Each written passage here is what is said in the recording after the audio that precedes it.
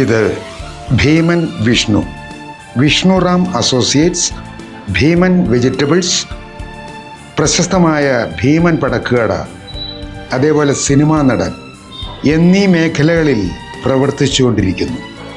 ഇത് തിരുവനന്തപുരത്തെ പ്രശസ്തമായ ഗണപതി ക്ഷേത്രം.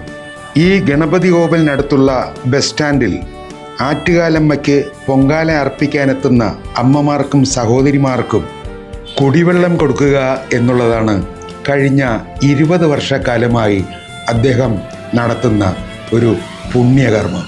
അദ്ദേഹം മാത്രമല്ല, ഈ നിൽക്കുന്ന കുറച്ച് സുഹൃത്തുക്കളും അദ്ദേഹത്തെ സഹായിക്കാനുണ്ട്. തീർന്നില്ല, ഇനി ഉദിയന്നൂരമ്മയുടെ ഉത്സവമാണ്. അതിൻ്റെ തലപ്പത്ത് കപ്പിത്താനായി പ്രവർത്തിക്കുന്നതും അദ്ദേഹമാണ്.